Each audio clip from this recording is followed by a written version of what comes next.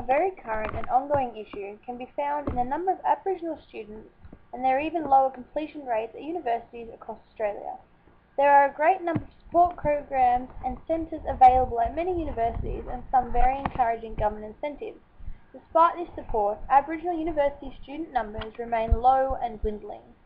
Other countries, such as Canada and Latin America, have also experienced issues similar to Australia in this aspect, having Aboriginal populations with low socioeconomic, geographical isolation and with very deep cultures and traditions.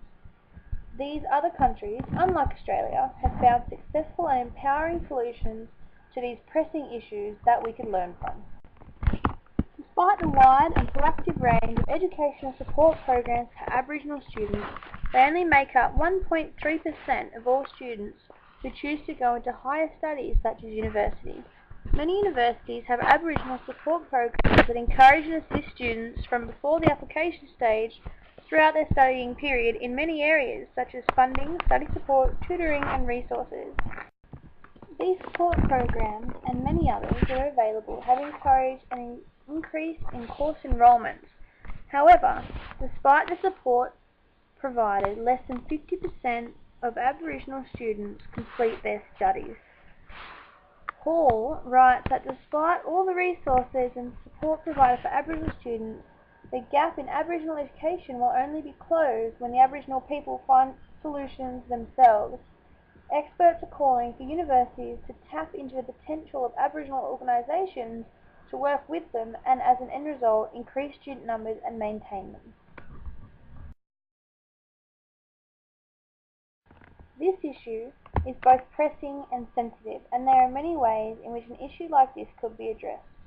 Professor Behrend, expert in Aboriginal education, believes that the issues of low Aboriginal students and their even lower completion rates will not change unless a group of trained Aboriginal people can emerge to lead the way and deal with the relative needs of their communities. Behrend believes that this can be done by empowering, assisting and allowing Aboriginal leaders to do so. There is also a lot of pressure on universities to increase the number and success of Aboriginal students. There is talk of more government assistance to support universities. Putting more pressure on universities to reform and increasing government support more may be the answer. However, I feel that universities and government assistance can only do so much, and I believe that there is little more they can do to increase the number of Aboriginal students in universities and their success rates.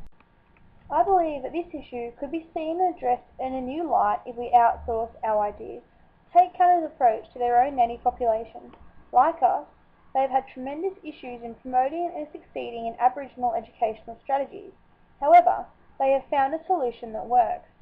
Similar to Behrend's idea, the Canadian Aboriginal Education Centre has developed an empowering internal educational system for the Aboriginal communities. Direct involvement of the community in the design, delivery and assessment of education has greatly improved Canadian Aboriginals in improving student numbers. Along with increasing Aboriginal teachers' numbers, adopting and encourage Aboriginal culture, language and values into the curriculum has also shown to work. Improvement in the educational system for Aboriginals can also be seen in Latin America, where the Aboriginal population represents less than 1% of students. This changed, however, with the introduction of Indigenous or intercultural universities. Another issue with Aboriginals and university attendance is availability.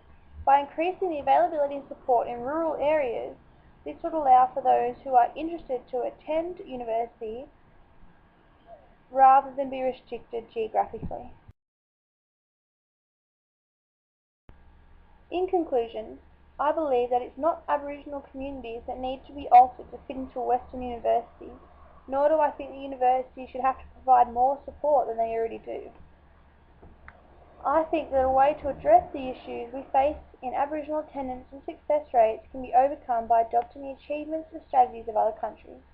A university curriculum that incorporates Aboriginal views and culture, employing more Aboriginal teachers in a university setting, providing non-Aboriginal teachers cultural sensitive training and expanding course availability to rural populations are all methods that we can adopt.